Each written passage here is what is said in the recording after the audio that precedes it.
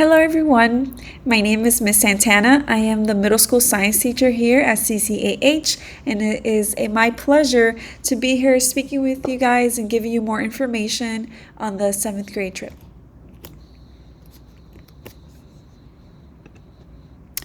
So the 7th graders will embark on an amazing field trip to the Keys on Thursday, May 1st. The trip leadership team includes myself, the administrator, Mr. Bird, the lead teacher, which is Miss Staples. She is a science teacher over at Calvary, Fort Lauderdale. Some teacher chaperones include Ms. Robinson and Mrs. Furio, and the trip administrative assistant is Miss Miranda. So we will all be there together alongside of your child on the trip.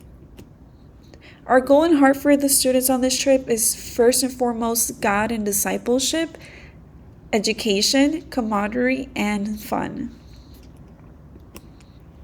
Again, the trip will take place on Thursday, May 1st, and we will be heading down to the Florida Keys. So that means we have to leave early. So it is imperative for the students to arrive on campus here at Hollywood at 5:45 a.m. So the morning procedures: first, be on time.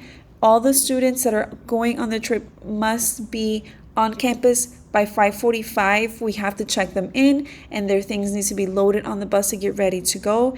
It is a drive, so it takes a couple of hours, so we need to be there by a certain time.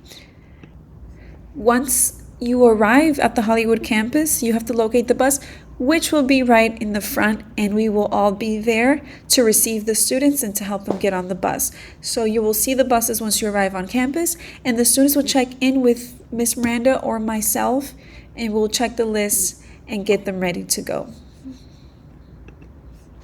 Here's an itinerary.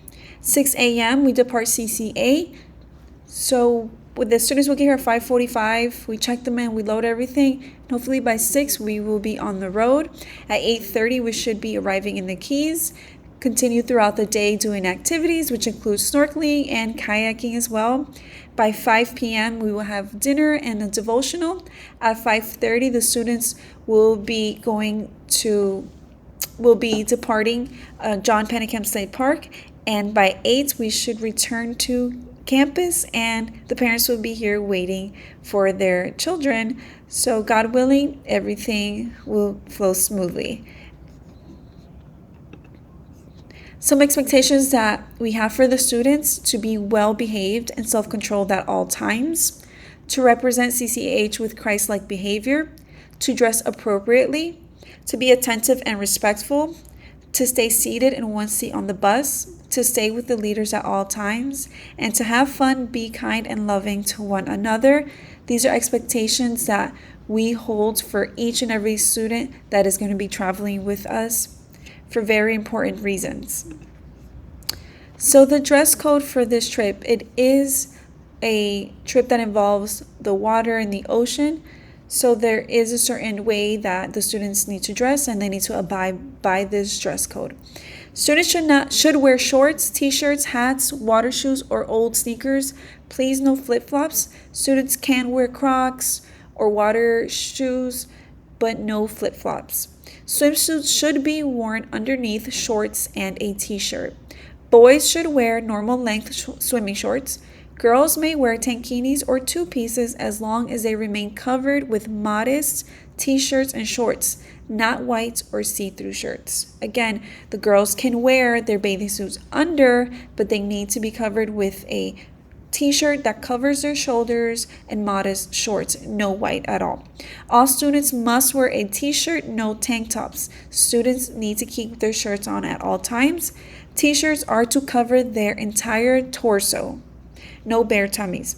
All shirts must have sleeves, so no tank tops, no spaghetti straps, no cutoffs, no halters. We don't want sun-poisoned shoulders.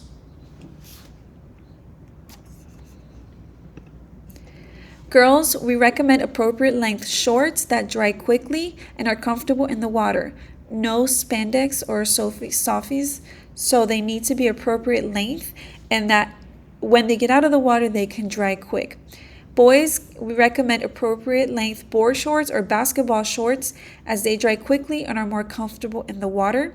Rash guards or shirts made of materials such as Comex are nice because they are lightweight, they provide sun protection, and they dry quickly, which is what we want. Logos on hats, shoes, and clothes are okay as long as they pass the criteria for being appropriate for a Christian to wear. Simply, if there's a question about a particular shirt or logo, just don't wear it. Again, we're going to be getting in the water and getting out of the water and doing different activities. So clothes that can dry fast and it's not too heavy when it's wet is what's going to be better for the students, as well as modest clothing covering their shoulders because it's very sunny. Please pack at least 4 water bottles. So this is a packing list of what to bring. They need a lot of water to stay hydrated because it's a lot of physical activities and a lot of sunlight and salt water, which can dehydrate and make you thirsty. So water is recommended, a lot of water.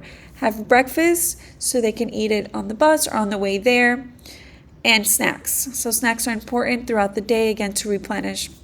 Because of the physical nature of the trip, healthy snacks to replenish the body's energy are best. Granola bars, energy bars, fruit, trail mix, apples, oranges, sunflower seeds. They're all good choices to have a snack bag so they can be eating throughout the day and not feel too hungry, but absolutely no gum is allowed. Toiletries, shampoo, soap, deodorant, and personal care items. Since the students will be in the ocean, they will have an opportunity to shower and change over there at the park. They need toiletries to be able to be prepared for that. A light jacket for the boat and evening if they wish. Sunscreen, sunglasses, a towel, and a hat are a necessity. Definitely a towel and sunscreen is very important that they remember to bring.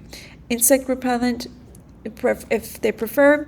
So wading shoes or water shoes are important, or strap-on water sandals. Flip-flops do not work as wading shoes because they can sink, or they don't allow the students to walk the way they should. So anything that has a strap or Crocs or water shoes is what we recommend. On a continuation of what students should bring, spending money for souvenirs if they wish, $15 is recommended. It is not necessary, but no more than $30 per student, please. Bring an additional change of clothes for activities and the return ride home. T-shirts and shorts or jeans, they need to follow the above guidelines. So the students will have their clothes that they wear to get there, which is what they will be getting in the water with. Then later on in the day before dinner, they will have an opportunity to change their clothes into dry clothes and a more comfortable outfit, because for the most part it's going to be dinner and then heading back. So the buses will not be locked or attended during the day. Please consider this before you allow your child to bring expensive items on the trip, including cell phones and electronics. Again, phones being exposed to water, anything can happen, so we must be mindful of that. Waivers. Everyone must complete the kayak waivers, which have been sent home, and they are due as soon as possible. Please, they need to be signed by a parent, and in order for your child to participate, we need to turn in those waivers. So there are 2 waivers. One of them is a paper waiver for kayaking, and the other one is an online waiver for snorkeling. So all students receive the hard copy in person in science class, and the link is where in the information where the parents signed up for the trip. So they have to click the link, continue, and click Snorkel the Reef for May 1st at 10 o'clock a.m. And then they fill out the student's information. Again, the activity is called Snorkel the Reef on May 1st at 10 a.m. So it's a digital waiver, and all students' parents must complete this form online in order for the students to participate. It's the Sundance Rugby Snorkel participants. Okay. Again, if anything happens, if you lose the waiver, the hard copy, I can make more copies and send one, but just please make sure to communicate with me as soon as possible. This is all of the information. You may go back and refer to it if you need anything. Another thing, if you have any questions, please feel free to reach out to me. My email is catherines@ccaeagles.org. I am here to answer any questions, any doubts that you may have. I'm here for you. And we're praying that everything's going to go well. We're very excited. We're going to have lots of fun in this field trip. Thank you again for everything.